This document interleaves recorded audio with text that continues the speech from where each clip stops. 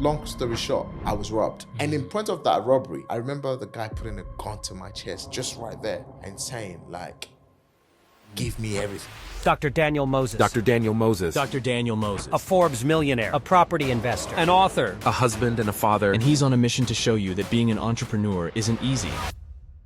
And I'm like, England is not working for me. Let me go back to Nigeria and start oil and gas business. Year 1, year 2, year 3 is all working well.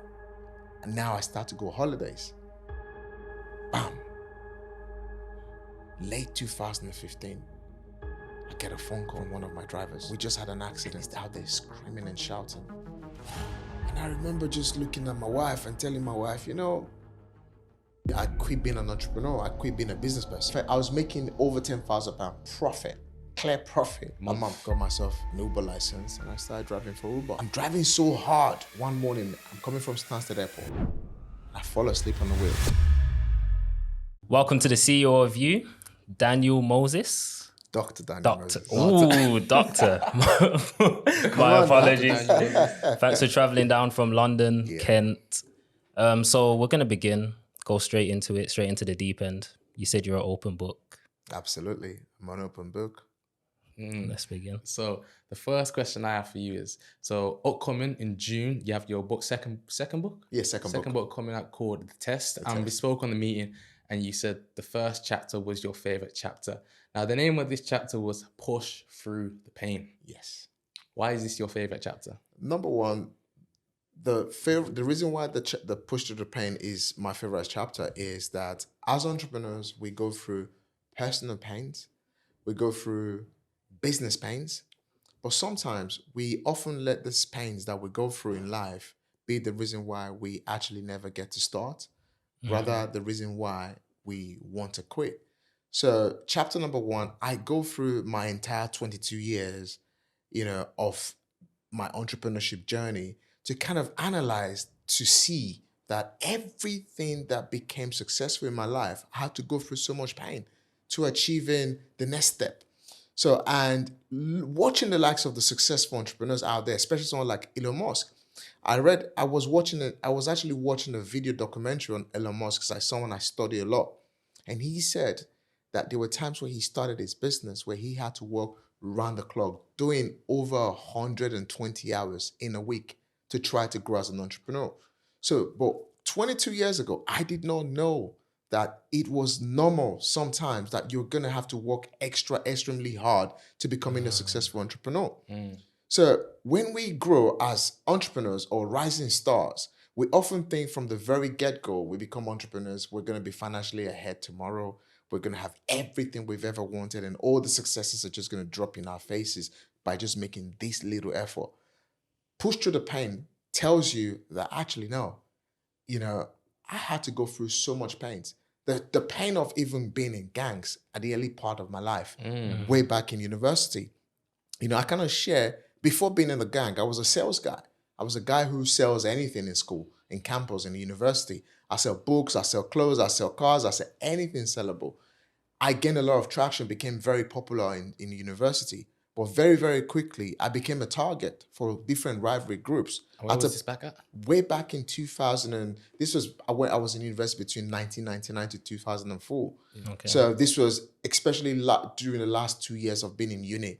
And I had this massive pressure, So, and at some point I felt like, you know what? I had to battle the pressure. Times where people who I sold things to will slap me big time, boom, in your face, just by asking them to pay the remaining of the money they owed you, going out for dinners or, or just having a great time with your girlfriend and being told to walk away from your girlfriend, all these different things in campus. But obviously I was very well known because I was selling anything. I was selling cars and every other things on campus. I had good cars. I went to university. I drove 4 cars in 4 years while I was in school because I will sell something. I will upgrade my cars and so on and so forth. Obviously, my elder brothers gave me that leeway to sort of have that sort of early start of entrepreneurship. So I just kind of share how that played an impact and how that also made some kind of decisions, to defend myself and as well as to continue to sell.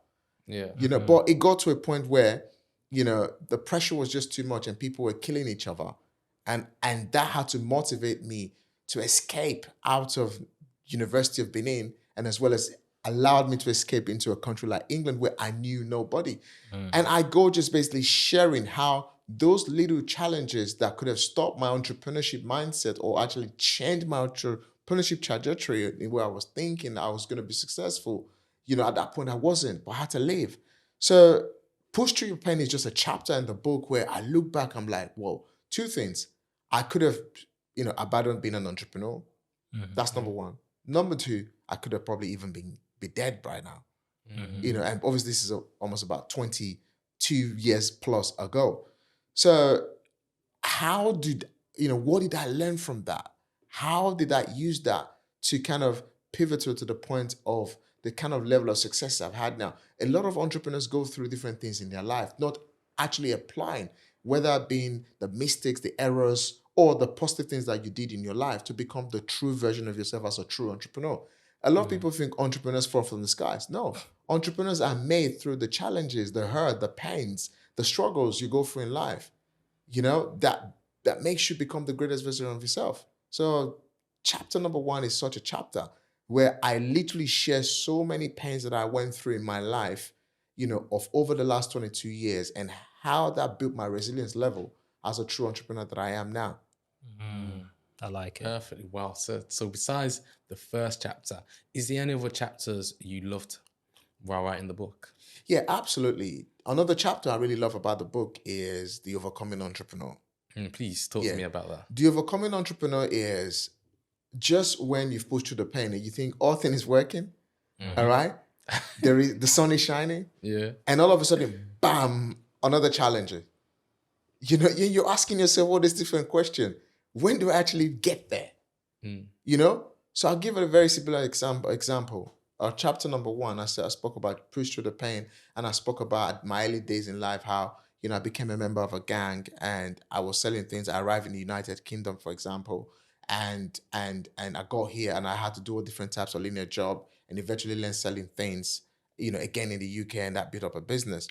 Now, in Overcoming Entrepreneur, whilst I arrived in the UK and I met my wife in a bus, and I had to add value. So when I met my wife the very first time in the bus, I had to add value. What was the value I added? The value was, I'm trying to chat to this pretty girl on the bus and she's not paying attention. Okay, what can I do to add value in terms of what can I do to really make me stand out from the normal guy who just wants a number? She had so many bags to carry and she came to the bus. So I had to help her be the handyman who will help her take those bags to her doorstep and to use that to get the number, even though that didn't work. But then again, I kept, it didn't work. It didn't work. But she's like, regardless of the fact that you just added value by helping me push, take my bag to my door, but sorry, I ain't going to give you my number. But then again, focus on the law of attraction and, and bumping into her again, adding so much value again, and eventually having to collect her number. And in business, sometimes we often never understand the fact that for someone to buy something from you, you have to add value, right? The value is maybe giving free information or actually even serving completely for free sometimes. I do this all the time. People ask me to come to their events to speak or to be around, and I go there with free copies of my book. My book on Amazon is £10, right? If I was to sell 100 copies of my book, how much is that? You can imagine that's over £1,000, right? So at the end of the day, sometimes you got to add value. So now on Overcoming Entrepreneur, it was how I got issues and how I added value at every given point in time to grow to a certain point where I felt, okay, things was all good. And then I had another massive challenge again, which kind of locked me out of the United Kingdom for over a year. Thank you for watching the CEO of You podcast. And recently we've had a look at our analytics and we've noticed over 80% of you guys are not subscribed. So if you could do us a favor, hit the like button, subscribe button, and also comment down below as well. Thank you, and back to the video. The reason why people see entrepreneurs as people who are sometimes for themselves is because of the largest part of the creative mindset that they have to making things work. So you spoke about a lot of challenges that you faced. I just want you to bring some of those challenges onto the podcast and share with the viewers, because where you are now is amazing. A multi-million-pound business owner. So I want to start with the first challenge you told us. Well, I think it would be the first in your like journey of an entrepreneur. Yeah. It was when you had a gun to your chest back in Nigeria. Yes. Tell us about that. So, on one of the chapters in the book, I think this is between chapter 1 or chapter 3. So, I spoke about at some point, I met an individual that got me into some sort of trouble. And that trouble, all right, I couldn't go through it anymore. I had to relocate. I literally said, you know what? I've got to go back to Nigeria. And I went back home to Nigeria, go back to Nigeria. Then I would probably want to use almost like voluntarily just say, you know what, I quit, I leave, let me go back to Nigeria. I had a wife here though, because there was pressure, at every angles of my life. So I just wanted to take a break. So, and I went back to Nigeria and I couldn't come back, for over a year because my visa had expired. The UKBA wouldn't renew my visa, due to that particular lawsuit that was against me, because the test is written in 2 forms. This is the first of the part of the test. Okay. So I'm in Nigeria now. I'm like, okay, I'm going through legal battles in the UK. I'm back to Nigeria. Let me take a break. Let me go life easy and everything else. One of these evenings, I go out with my very close friends, Edwin. And I'm back with Edwin. We're just having a great time in the evening. And that day, to be honest, I'm talking to my wife during the day. So my wife is telling me, how things are going and everything else. And we just said, you know what, let's just go out. Let's take a deep breath. Let's go out. Once she's back in the UK. This was Nigeria. Oh. And then on that same evening, one of the cars that I had shipped to Nigeria, all right? Yeah. Someone wants to actually buy it as well. Getting back, we're chilling somewhere with the car and everything else and having a great time. Rounded up by a group of 5 boys. All right? And put down in the gutter. All right? And basically, it's almost like your money or your life or whatever. Yeah. Obviously, in Nigeria, you can easily tell when someone is just come from a different country. Number one, you probably look fresher, because of the sun. Your skin is a bit more, brighter. When I'm speaking, people can tell that probably he's lived abroad and stuff like that. So anyway, long story short, I was robbed. And in point of that robbery, I remember the guy putting a gun to my chest just right there and saying, like, give me everything or else you're dead. And I'm like, listen, you see that car right there? It's mine. This is a car I'm selling. See that car right there? It's mine. I've got a couple of 100 quid in my pocket. Here is my jewelry and everything. There you go. Just please don't shoot me. And I'm negotiating with the guy. The guy, and the moment I even said that was my car, the initial plan was like of the guys like, you know what, let's take him with us. I think he's got more. And those were the things I was hearing them talk. Yeah, let's take him. They're speaking obviously local language. And I'm like, and I'm negotiating my life with these guys. I'm like, listen, I've given you guys the car. I've given you guys all the money. And I'm negotiating with going put to my chest. It was quite it was not terrific. It was a very horrible, horrible, horrible moment. It's like all the odds are just against me. And I let it go. And eventually, one of them like, you know what, bro? Let's go. And they basically took the car. They took the money. They even took the shit I was wearing. They took my watch. They took everything. And then they left. And looking back, and I'm like, did I just negotiate my life to survive, to live? Because what was my mindset going for at that time? Giving my car, giving everything away. If I can lose it, I can make it back. Okay. If I can lose it, I can loan someone money to buy another car, to resell again. So it wasn't more about what I was losing. It was the creativity mindset of, yeah, I'm just in a massive turbulence right now. I get and it. as long as I can breathe the air through my nostrils, You can do it again. regardless of whatever profit I was going to make, I will always make it again. If these guys leave me today, like I'm like, God, if this guy, I'm like, God, if these guys leave me today, if these guys leave me today, I'm promising God I will never do this, I will never do this, I will never do this. So it was just like at every single part of my entrepreneurship journey was just dark moments of dark moments of dark moments that could have actually turned so many fear in my life that I probably would be one of the most useless people if I did not keep fighting against all the odds. Beautiful. And I think there's two more main struggles that I remember. One struggle is actually a big fear, I think, for a lot of people, and it's losing a parent. Yeah. In 2004, you said you lost your father. Yeah. In 2004, I lost my dad, and it was painful.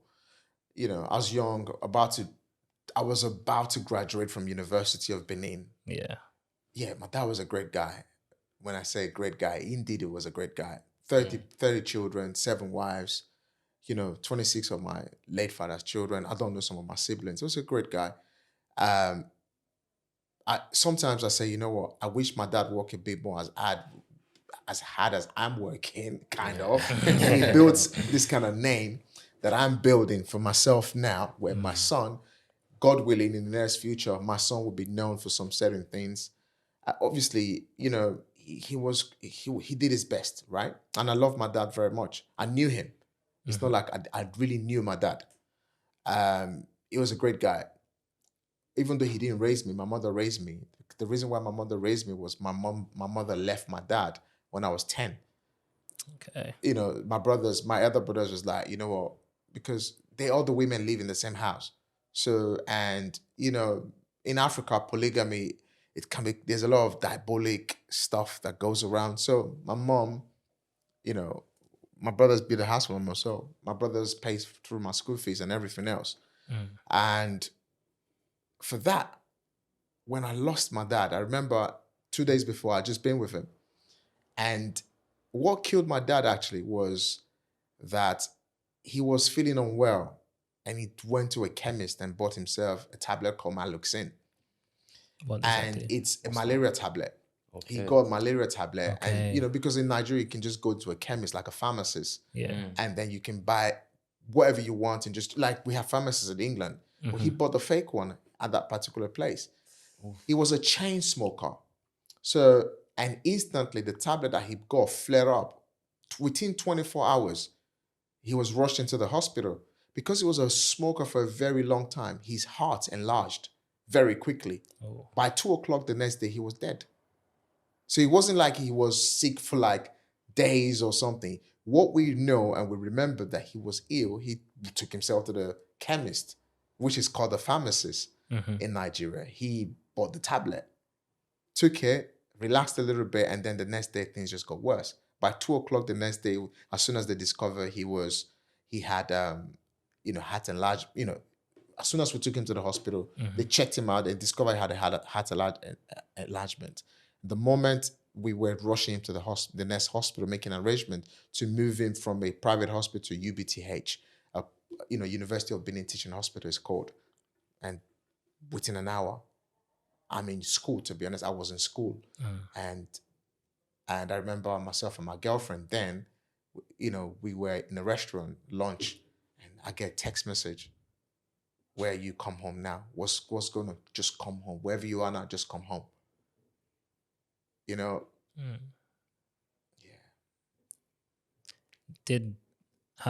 It's Yeah. Today's he died in May as well. Oh. Oh, my condolences, man. It's a great man. He didn't die young. He died at 75. Well, he did his best. Did that give you more reason to push forward? I think one of the greatest things I learned from my dad married so many wives, and I say this to my wife every the time. I say polygamy runs in my vein, right? My dad married 7 wives. Most of my brothers as well, 2 wives. I never said this before on social media. I think I've never said this before. But some of my brothers, 2 wives, 3 wives. So polygamy runs in my vein. But one of the things I learned from my dad was never to allow that polygamy. In Africa, they say, not just Africa, sometimes you are your dad. Most men are their dads. Yeah. So my dad inspires me so much that he was never a millionaire. Part of the reason why I'm working every single day, like I have to be a millionaire, multi-millionaire. I have to work. My dad wasn't an entrepreneur. My dad was a police officer, right? He worked. He retired. He was honored by our king when he retired. So, He married so many wives. My mother is the second wife. So part of the things that inspire me not to, to be present in my children's life, all these things came from my dad. So my dad is my biggest inspiration in terms of me being married to my wife today, 17 years. It's going to be 17 years I've been married to my wife in a couple of days' time. Right? Myself and my son were very close. We do have our little fight. He's 15. You know how it is. When you guys are growing up, right? Teenagers age. He's trying to balance in between. But then again, my father is the reason why, I have been able to hold my marriage for 17 years. My father is the reason why I'm a present father in the life of my children. So a lot of inspiration has come from him. Tan has left a massive impression on. Yeah, yes. Because I didn't want to have 7 wives. I wanted to be present in the life of my wife. And I tell my wife every single day, regardless, if myself and my wife have a little bit of disagreement, we settle it instantly. Not tomorrow, not a week after. We talk about it right there and there. And yeah, she can be moody for about the next 24 hours. I can be moody for the next 24 hours, but it cannot pass 12 to 24 hours. And that's one of the reasons why I've kept my marriage. Amazing. There's no sort of, no, it's very straightforward. We discuss it. If I'm wrong, I'm very apologetic when I'm wrong, by the way. Yeah. Gotta be accountable, innit? Yeah. So a lot of inspiration has come from my father. Okay. So moving on from obviously leaving Nigeria and coming to the UK, and obviously you spoke about it in your book, obviously you just said push through the pain. In 2015, I'm guessing that was a year of a lot of pain because you was also doing an Uber driver, and believe me, correct me if I'm wrong, you also lost 150K. Yeah. So, and also you thought the year following year after, 2016, you thought about quitting entrepreneurship. Yeah. In 2000, like I said, looking at my life over the last 22 years is one of the reasons behind me writing the book called The Test, the transitioning of the ordinary to the extraordinary. I think it's important for the audience to know this. At every given point in time, the life that we live, whether being an entrepreneur, whether being a professional, whatever you are actively transitioning. But sometimes in that journey of that transitioning, some people hit so many brick work. And when you hit those many brick wall, you quit. And I have seen a lot of people quit. I came to a conclusion that pain is part of the process. Pressure is part of the process. But as long as you learn how to convert them to work for you, it will start to work for you. Regardless of how I feel. Now, 2023, everything makes sense. I know it's just a turbulence. And again, this is why it's so important to have mentors, to have people that aspire as you. So when I've gone through the pain and I think I'm overcoming entrepreneur, and all of a sudden, I relocate once more back to Nigeria in 2012. Yeah. And I'm like, England is not working for me. Let me go back to Nigeria and start oil and gas business. Year 1, year 2, year 3 is all working well. And now I start to go holidays. I'm traveling to Dubai. My wife came to Nigeria. The kids came to Nigeria the first time. Money is not really becoming any much of a problem anymore. And things are stabilizing. Bam. Late 2015, I get a phone call from one of my drivers.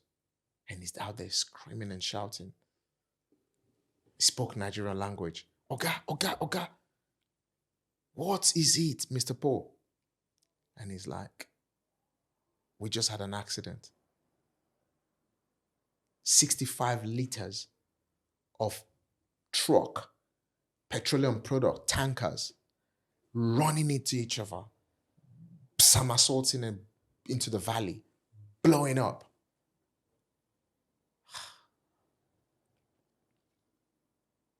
Every time I share this, I try just to hold myself. You know, I try to hold myself, but I can't. I can't. Because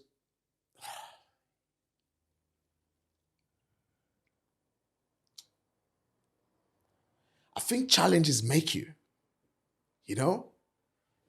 Challenges just make you stronger. Yeah, it just, as long as you never stop, you know? Yeah. As long as you never stop.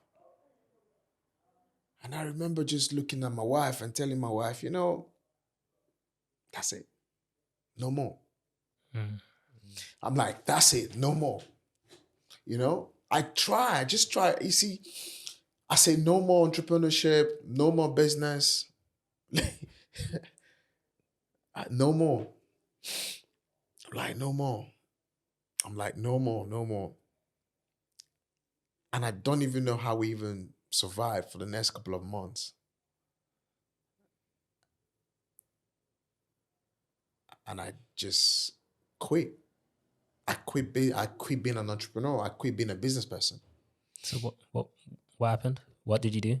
If you quit, As you said, transition. What was the next transition? I just normal job. no more. I just went and I got myself a delivery driver job with Yodel, and then eventually Amazon. Oh. I said no more business. The value of the product was over £150,000. My money. And some investors' money. All gone. The question was, where do I start from? Where do I begin? Like, where? How? And gradually I found myself going through depression. Found myself going through depression. I don't feel like getting out of bed. You know, I started to drink a lot, but I didn't become an alcoholic, but I just started to drink. Yeah. And I started suffering palpitations, anxiety, just hate myself. You know, my wife didn't even understand me anymore. All of a sudden, my marriage is going through stress, pressure. It was hard. 2016 was so hard. It was just so hard. Eventually, someone said I could make a bit more money than I was making as a delivery man. And I got myself an Uber license and I started driving for Uber. You know, but looking back now, by the way, it's all a blessing. Jeez. Yeah. So now we're at the stage of, as you said, you push through that pain. Where does it all begin for you to start to see the wins? And this was when God showed up. In quite a very interesting story again. You know, as I'm driving Uber, I'm driving over 18 hours a day. And I remember dropping someone off in Stansted Airport. I was so tired because I was driving over 18 hours a day. Because remember, I'm making over £10,000 this time. I'm, you know, when I was doing my oil and gas business, I'm making over £10,000 easily profit. Nigeria, you don't pay taxes. I'm making a lot of money. In order for me to keep up my expenses in life in the UK, I had to drive over 18 hours. How much money was you making? I was making over £10,000 profit, clear profit a month, over. And this is after paying all my expenses and everything else. Okay, is it living comfortably? I was living well. I was really living really well. And now I'm driving Uber. I have to work 2 times harder to even try to make £4,000 a month because I've got a mortgage to pay, I've got a car to pay, I've got kids, you know. I'm an African man. In where I come from, the man pays the bills. The bills is not for you and your wife to share. You know, for the time where my wife survived me, you know, whilst I was going through all of that, it was an embarrassment. Now, I'm driving so hard. One morning, I'm coming from Stansted Airport, and I fall asleep on the wheel. And my car literally going towards hard shoulder, and you know, like when you just wake up like that. So I was like, oh my days. And the only thing I can hear in my head is, you need the rest. Pull over at the next station, you know, and sleep. For me, for those who don't believe in God, will say that was divine, universe, but for me, that was God. That was God Almighty, the creator of the heavens and the earth. You know, my Lord Jesus, who I believe in, speaking to me. And I went to the petrol station, service center. I pulled over, I was sleeping. Yet again, I had a quick nap. And from that nap, I was in a property conference room, and they're teaching about property and all of that. And guess what? I wake up. I take up my phone and literally just scrolling through, okay, let me get a ride that will bring me into the city so I can just go home and rest for the day. And there you are, Facebook. How to get started in property, with little or no money. And it's an event in central London. My Vanquish credit card was literally £150 limit. The event was £70. And it was the only £70 that I had left on my credit card. Oh. My credit card limit was 150. I had like 72 or 73 pound left. I spent 70 pound. And that's exactly how I became the person I am today. I paid that less 70 pounds, and it's been mentorship after mentorship, personal development after after development. And I have never had so much divine favor. So much divine favor since I started property in my entire life. It's just, I've never grown consistently for 5 years before. This is my 6th year on the books. However, the learning started towards the end of 2016. Well, God has just been, every time I could have failed, even in property, right now, yesterday, the year before, the previous year, God just always brings me a helper. He brings me a deal. Before I seek, the doors open. Before I knock, it opens. Before I ask, I'm given. But one thing I learned is not only the divine God is in the present, but I think is the work ethic as well. Because when you have the work ethic and God opens the door for you. So sometimes, yes, entrepreneurship, it's challenge after challenge. And how your spirituality is also come to helping you as well. So those are the moments that changed me to becoming the person I am now. It didn't just happen from just happening's sake. It happened due to divine favor. I've got a question. Did you ever tell your wife that you spent the last 70 on the credit card? The reason why I spent my last 70 pounds, like I said, I've been through when I negotiated with the hand robbers, a gun to my chest. If I lost only before, why should I be afraid to lose 70 pounds to a training course? Even so, I've always had the last. You see, I'm one of those directors to grow my business to 7 figures. I never had the money. Everything I've ever created. I'll give an example. Over the last 2 to 3 years, I raised 1.5 million through social media, which helped me build my property portfolio. So I have never had to have the money, anything, to create what I've created. I never had to have it. Sometimes we are in this mentality thinking that we have to have a lot of savings to do it. And my wife is a witness to this. In 2019, having been developing myself in coaching and training, I came back home and I said to my wife, the house we live in, we're going to turn into an investment property. We didn't have 20 or 100,000 in our bank account. My wife's like, okay, how are we going to do it? I said, we're going to find the money. And guess what? We found the money. So my mentality of why did I spend my last 70 pounds regardless? Because as I said, it's just been me looking back. So every pain, every situation I've been in from my life, I was like, okay, if I did not die at that time, definitely this is leading me to somewhere. But now, 22 years later, I'm studying Richard Branson. I'm studying Elon Musk. I'm studying Jeff Bezos. But the one that inspires me the most is Elon Musk. Why? Because he started his business in the 90s, early 90s. Did you know what he did? He went to his father and borrowed $28,000, which virtually became paper. From eBay to paper. A lot of us right now will go to our friends to maybe borrow a credit card, borrow money from someone to buy clothes. So I started to understand how people can borrow and grow rich.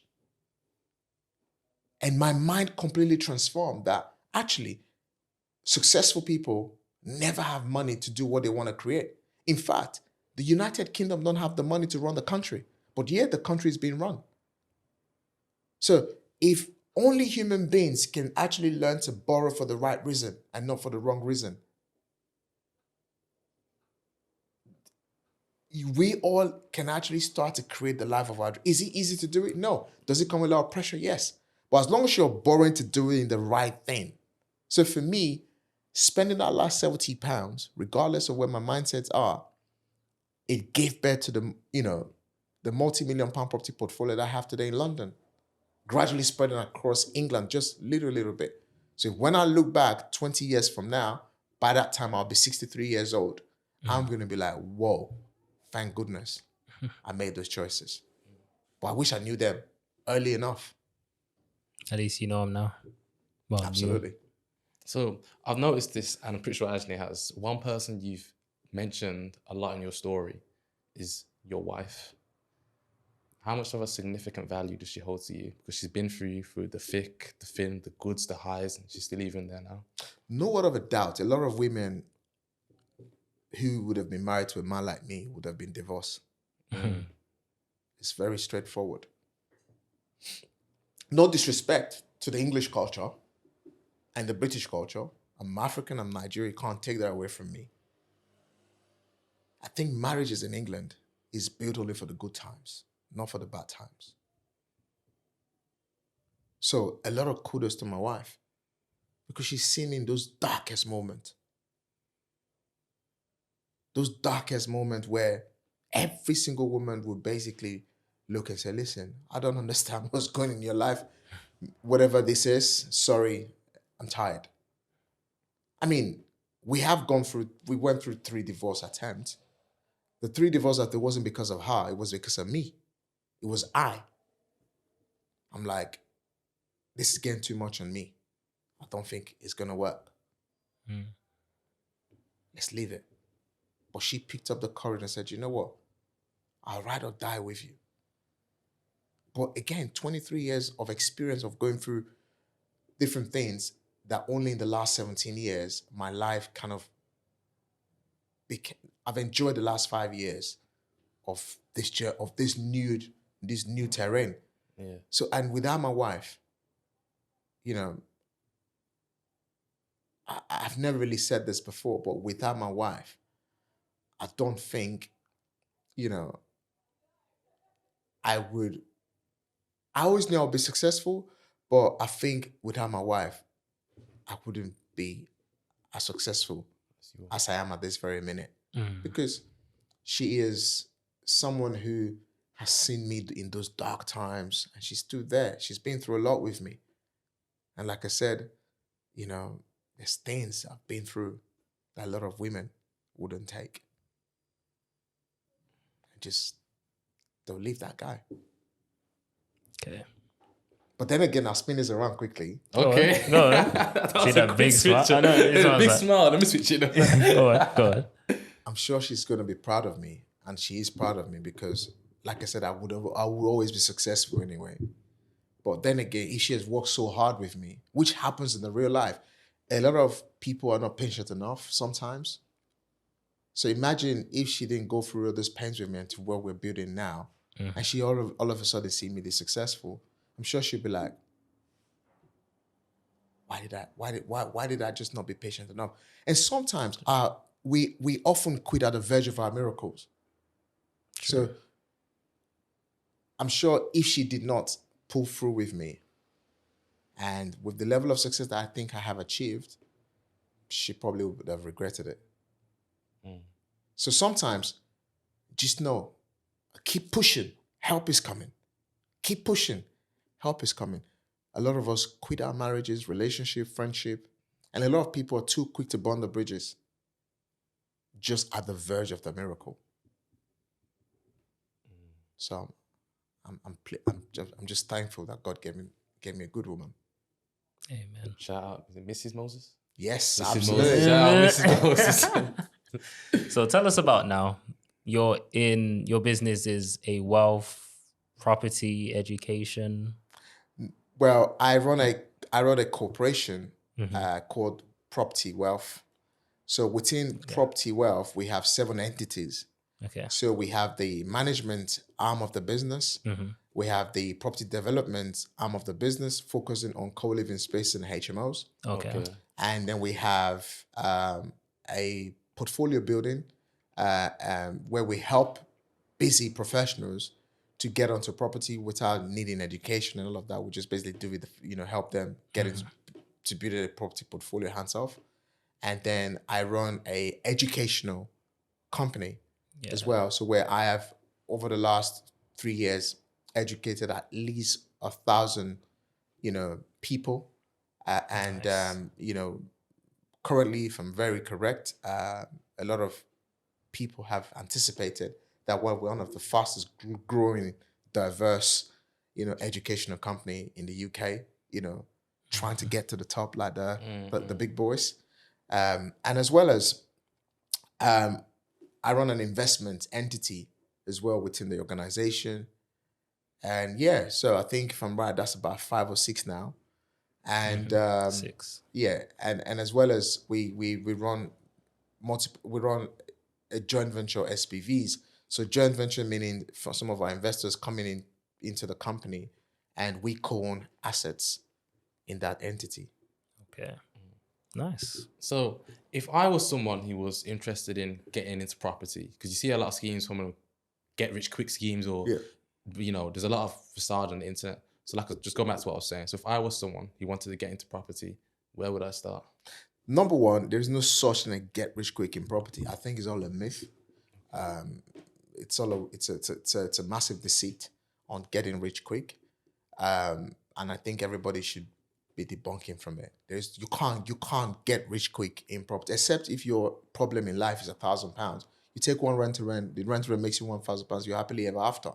Even at that, for those who talk about rent to rent is a business. You're gonna have profit, you're gonna have losses, you're gonna have management costs, you're gonna have running costs of the business.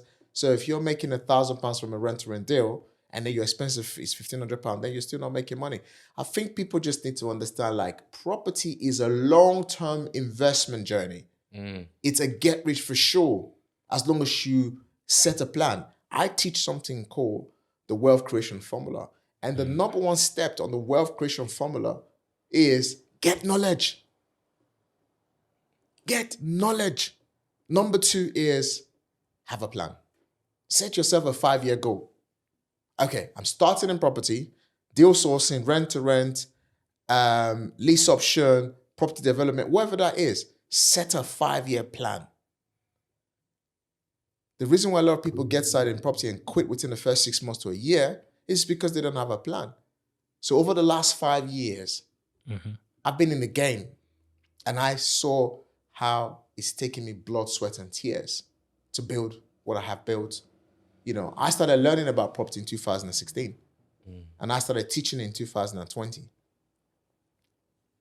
And before I started teaching it, I was already doing it for almost about 3 years, doing it really well, doing it really successfully. You know, had a lot of property to my name. During lockdown, I bought 4 properties. I bought 3 properties during lockdown. The following year, I bought another 4. So I've done property well enough. You know, then I started teaching people about it. And the major reason why I started teaching people about it was people kept coming to see, you know, to say, oh, can I pick your brain? Can I pick your brain? And then I met one of my mentors, Adam Stott. And when we're talking, and it's like, of course you can sell that. And that was what gave birth to Property Wealth Education. And within Property Wealth Education now, I've created 3 property millionaires. Nice. Anthony Howell, Asma, Charlie Ray Smith, and more. So these are people I've helped become owners of £1 million property portfolio. And trust me, it didn't take them 6 months. It took them some time. All right, so a little while ago, me and Ajene went to Little Aston, a nice place in Sutton Coldfield where a lot of the wealthy guys, and we met a man who was into property. And he said his best advice to someone looking to get into property is to buy a piece of property within the next 15 years. Otherwise, it's going to be very difficult for you to get a property. What's your thoughts on that? Like I said, it kind of marries up with what I was saying, isn't it? 5-year plan, right? If you set your game, if you have a game plan to say, okay, this is where I want to be 5 years, 10 years. I normally use the 5-year milestone because over the years, right, if your business can survive 5 years, that means you tried. A lot of businesses, most businesses don't survive a year to 2. Same thing. Most people who get into property don't survive a year to 2. So when my business was about to turn 5 years, I went through a different sort of challenge again to survive the 5th year into the 6th year. What was that challenge? A few challenges, because sometimes challenges like at some point, investors now seeing what you're doing and seeing that you're owning so many other properties. And it's like, oh, whoa. I'm giving you money and you're buying more properties. So actually now I want my money back because I want to go and buy my property. Yeah. So that was a challenge. And I faced that, I actually faced that in late 2021 and early 2022 when I was going into my official 5th year, because my first property entity was registered in 2017. So now a lot of my investors are asking me for my money, you know, I need to get my money back. And I'm like, oh my days, I wasn't ready. So at some point I had to again re-leverage, restructure, sell if I need to. All right, which I did to give them their money back and hold on to what I need to hold on to. So yeah, those challenges do come. So for me, yes, this is one of the most creative time. And I remember asking God, I said, 2008 was the last recession. And currently we're in one right now. So I missed 2021 recession. So I missed 2008 recession. And currently we're in the new recession right now that is going to create a nest of new millionaires. Facts. And if you can buy enough property below market value right now and you hold them for the next 10 to 20 years, you're made. I'll give you an example. I bought my first house with my wife in 2006. Today, I still own that same asset and it's worth £800,000. And we paid £247,000 in that property in 2006. Wow. So yes, he's very correct. If you buy an asset now, obviously a cash producing asset, come 2043, you guys will be in your late 30s, right? You're millionaires. If you can learn to buy 10, 20, 15 of them, you're multi-millionaires in assets and equity that has risen naturally depending on where you bought it. So let me give that the reason why I use that analysis. If I knew and I just bought where I lived in 2006 at that time and it's now worth 800,000, why did I not buy 20 of them within 3 years, within 4 years, within 5 years? Why didn't I keep buying? But guess what? I only bought my second property, which was my investment property in 2019. So it took me almost 12 to 13 years. It's a long time. And most people are in that bubble where you buy one first for where you want to live and you never know what to do to buy the second one that could start becoming an investment. Yeah. So would you say if I was to buy a house, is it I should buy a house to make an investment property, or I should buy a house just to live in there. Never buy where you live until you own enough assets that can look after so many things around you, financially and otherwise. Then buy where you live. So right now, I don't own where I live. I live in a 5-bed detached property.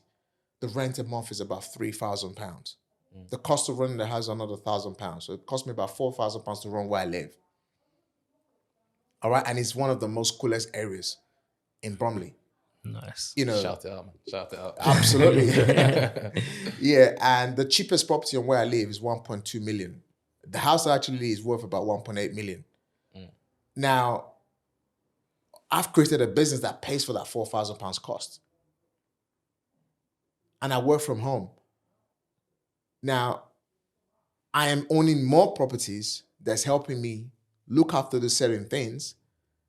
Now, the equity I had in the first house that I bought with myself and my wife that we lived in helped us to also scale our property portfolio. So never buy where you live. Obviously, the new market now, there's 100% mortgage on the market. So everybody should take advantage of that, by the way. Yeah, I heard about that. Then that's fine. But if not, if you have to cost you 20%, 15% deposit to buy where you live, and that's like 50, 100,000 pounds, no, buy an investment property rather than buying an asset. There's difference between asset and liability. Where you live is a liability. I learned this word very well from one of my mentors. You know, and I don't know where I live. I own properties, you know, and my property portfolio is in excess of over 7 million. Serious. Looking to get more properties? The goal is to build a £100 million property portfolio here in the UK. Yeah. You know, and that we will do within the next 10 years. Is that your 10-year plan? Yeah, that's my 10-year plan. Have you ever thought about buying land and building apartments or houses on it? Within the 10-year plan that we've got, which is getting from just around 7 million that we are now to get to 100 million, we have all of that as part of it. Because we want to create larger co-living spaces, you know, like 40, 50 units. And one of our goals is to hold, and as well as just basically hold and leverage on debt.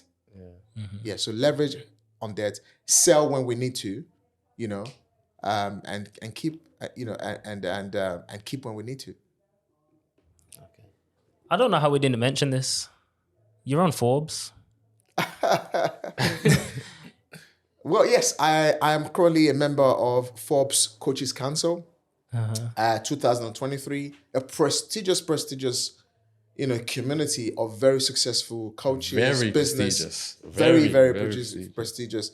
In order to be a member of the Forbes Council, you ought to have had a minimum net worth of at least £1 million to 3 million. That's the minimum criteria they look at, or a business that's at least done $1 million to $3 million.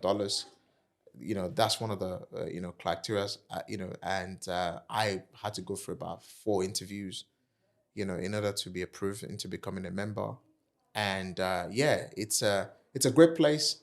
My first article, which is Pushing Through Resilience, was published in April. So yeah, Google it and read about it. And I was reading a few articles today, to be fair. How does that make you feel? Is that one of your goals to ever be put on Forbes? Well, I think one of the things that got clearer over the last 22 years, I'm 43 years old now. One of the things that got clear is I wish I had utmost clarity. You know, you guys are in your early 20s, right? 22, yeah. 22. You know, if I had the opportunity to have spoken to people like myself in your age, all right, in your age, and I got the opportunity to be close with them to know what they were doing right or wrong, I think I'll be the greatest version of even bigger than I am now. So I think one of the biggest things you guys have done to yourself now is being to get people like myself and so many others, whether it's branding, whether it's success, wealth, whatever that is, not just having them on your podcast, but being able to form a relationship that instantly becomes an indirect mentorship that will allow you to actually break through so many barriers through brand association and collaboration. So being part of Forbes, you know, in my community, I don't know right now anyone on Forbes. So absolutely, yes. I just got my very first public speaking gig. and it's a whole lot of money that we're discussing for me to just come and speak for an hour of what I know. Can we get a number? Not yet. Okay. Not yet. Had to ask. Not yet. And I just feel quite humbled. I'm like, you know what? I think knowledge, like I said, part of my wealth creation formula, and I talked about just of the 2 steps, which is getting knowledge and obviously setting yourself a 5-year goal plan. So yes, indeed, 100%. Being part of Forbes, it's amazing for me, and it's just part of the many accolades on its way. So, as an author, I also want to ask you, coming back to some of the books you've read and how important it is to have knowledge. What's some of the books that you have read which have really inspired you to become the person you are today? 2 basic books changed my life: The 10X Rule by Grant Cardone, Key Person of Influence by Daniel Presley. They just changed my life. It changed my life to build a name. It changed my life to build a brand. It changed my life to become a key person of influence. Nice. I also wanted to ask you, you told us on the call that you cried while writing the first book. Second book. The second book. Why? The Test has been a very emotional book for me. And my wife was reading it the other day. She's like, you're just talking about our whole life and how we've never given up. The Test has been very emotional because it's almost like I had to relive every single moment. So I'm writing it, I'm thinking. Obviously, the editors have to start pulling things out a little bit. And like, no, hold back on this when we do the second version, because the test is big. Because I just wish and I hope every single one who will read the test will be able to relate to it to themselves. Because if everybody can understand testing is definitely part of what creates success, I think we're gonna have, because I think people talk about the success part a lot. Not a lot of people talk about the pain, the challenges Would you say of what it takes. takes. Would you say that's the hype of social media? Absolutely. Social media just shows you the happy side. And Facts. it's like very soon I'm going to start talking about the dark side. I want to talk more about the dark side of a truth. It might come across as negative, but it isn't negative. There's a hype on social media because everybody want to hear the good stuff. Oh, you can do whatever it takes. Yeah, I can do whatever it takes. But then again, you can do whatever it takes. But what about when you're in your room where you don't want to get up? True. By yourself. And asking God and asking whatever you believe in, why you? I remember the first time my debt level got to £200,000. Thank you for watching the CEO of You podcast. And recently we've had a look at our analytics and we've noticed over 80% of you guys are not subscribed. So if you could do us a favor, hit the like button, subscribe button, and also comment down below as well. Thank you, and back to the video. And I wasn't sleeping properly. When was that? When I first started raising money, right? This was way back in 2019, 2020. And then lockdown hit. My debt level was £200,000. But the £200,000 was in buildings, in brick and mortar. And everything is telling me lockdown has just happened. Oh, you're going to fail. You're not going to be able to pay this money back. Did you panic? I suffered from like sweating. I was always sweating. But guess what? After that pain comes the sunshine, right?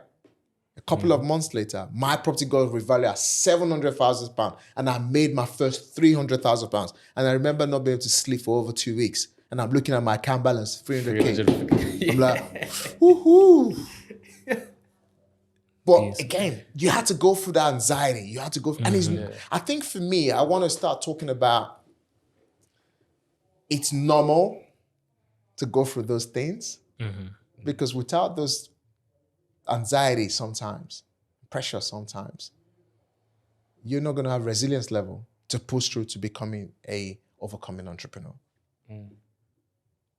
I read an article about you. Can't remember which one it was. It says a typical day in your life. You wake up, can't remember what time, but you told us 5:30. I think the article might have said 6. Yeah. You pray, and then you go for a 5K run. Yeah. I just wanted to know, is that true? I got a very interesting routine. However, over the last 2 weeks, from the date of this podcast, depending on the day you're releasing it, I wake up normally at 5:30 a.m. in the morning, and I just listen to something. You know, over time that changed. You know, between 5:30 a.m. in the morning to around about 7 o'clock. But right now, currently about 7 o'clock, because over the last 2 weeks I've been in a different zone where I'm just basically. I think the test has brought me to this place where it's almost like I'm just reliving and relooking and everything. Does that make sense? Yeah. And the test has just changed a lot of things around me. So yeah, normally I wake up at 5:30, worst case, 6:30 in the morning. So my alarm goes off at 5:30 a.m. in the morning. You know, I wake up, I pray, and I go for a 5K run every single day. Is that on a treadmill or actually outside? Outside. Okay. I go out for a run. But like I said, over the last couple of weeks now, I've not run over the last couple of weeks. And the reason why I've not run is I just felt like I need to relax. I need to chill. Don't blame you. You know, I Sounds just feel like you work hard, man. I just feel like I just need to chill. Like, why do I need to wake up 5 a.m. every single morning? Bear in mind, you told us you go to bed at like 12 or 1. Naturally, I go to bed like 12, 12:30, sometimes 1 o'clock. So that's like 4 or 5 hours of sleep. That as well, at the moment, I'm also trying to change. I'm trying to go to bed like 10, Yeah. For me right now, it's not like, I just feel like I need to just, the truth is, let the truth be told, I have a mentor who is quite brutal in his teachings, and I have done quite well for myself. But I think I'm now in that place of my life where I now need to be me and to just kind of relax, because like I said, 22 years is a whole long time. I came to this country, first generation of immigrants. I had to get my way to having my resident permit, and it's just been a journey. So looking back, even when I first came to this country, I probably would be speaking to you lot, even because tomorrow my son still tells me, Dad, you didn't say that correctly. You didn't pronounce that correctly. My African accent is still there. Somehow I might not even be resonating to the British audience, the core hard British audience, but against all odds, driving through, just pushing through and letting nothing hold you back. Because I think the biggest part of our life is that we judge ourselves a lot, but actually change that to being the reason why you want to be yourself. So for me at the moment, I'm just trying to kind of let me push back a little bit. Let me chill. Let me just relax. I've worked hard, And the hard work's already shown. And it's gradually compounding. I think I'm now in a place where I think I've done what I need to do, and I need it to compound and let God take the rest. It's like God is in your hands now. That's my mentality now. It's like God is in your hands. I've done everything I need to do. Nice. It's in the hands of God. Okay, so coming to the end now. It's been a really good podcast episode, I will say that. We've got 2 personal questions and I guess a question from our previous guest. So the first personal question is, what is the reason you are doing what you are doing? The reason why I'm doing what I'm doing is, like I said, my dad was never a millionaire, and number 2, my wife and my children. I've got to build a name that opens door for them. That's the goal. Interestingly, and I explained this in great detail, 2 weeks ago, someone saw my wife in the restaurant and recognized my wife. Oh, you're Daniel's wife. It's like, yeah, I don't know you. And it's like, yeah, I've never met you. They ended up having a very interesting conversation, and the person paid. Oh, that's nice. And then gave my daughter a gift, right? At the end of the day, and that's beautiful. And that's because of the name that's happening at the moment, and which will continue to be built. So, and I just wished that I mentioned my father's name. So the reason why I'm doing what I'm doing is what my father did not do for me as a child. And I pray, and God is on my side. I'm able to do more for my children. I'm one of those that believe in legacy. I have to pass something off to my son. And I'm already raising him as an entrepreneur. Nice. So my kids, my family is the reason why. Let me hit you with my personal question. What's 7 things that you can't live without? What's 7 things I can't live without? Oh Yeah. my days, that's a huge list. How am I gonna go through that? What's the 7 things I can't live without? I can't live with music. I can't live with my phone. I can't live without my laptop. I can't live without traveling to come down here and not listening to something in my ears. So my headphones. Yeah. So how many is that? 4, I can't, obviously, 3 more. found my wife. Can't live without my wife. Can't live without my kids. Can't live without my daughter. Oh, okay, I'll keep that as 1. I'll keep that as 1. 2 more. 2 more. Yeah, I that's try to be creative there. Okay, so I can't live without my family. That's 6, right? That's 5. That's 5? 5. Okay. 2 more. My mom is 87 years old. Obviously, she's getting older. I just sometimes feel, how am I going to live without my mother? That's number 6. I can't live without money. Facts. You can't. Okay, so our You last answered that pretty quickly compared to everyone else. To be fair. definitely. So our question from our last guest was, if you won billions of dollars, would you continue doing what you do? If I what? If you won billions of dollars, would you continue doing what you do? If I won, If you won, Yeah, 1. if I won $1 billion, I'll reinvest it and I'll keep doing what I'm doing. Would you? Yeah. You wouldn't just think to I'll retire? keep doing what I'm doing, but obviously I'm going to be able to make more impact. it's compound. True. So I think this is probably why they say business people never win lottery, right? But I think you might just give me an idea there. Probably start playing some lottery then. He's got the money to just Got the play, money to do it. buy So I got the 100 money to tickets play. every day. But I just got the money to play it and just keep playing so that when I win it, I reinvest it, but I just buy a whole street. That would be sick. Imagine. Oh my days. I wish you the best of luck with that. I hope you do. Daniel, man, thank you for coming on. It's been a great podcast. We Thank you so appreciate you much for traveling having down. Thank you so much for having me. This has been an amazing podcast. So, looking forward to this and looking forward Look to forward the to the growth. next book as well. And also, thank you for the first book. Appreciate it very much, Daniel. That was a gift as well. Thank you so Thank much. you very much, Daniel. Fantastic.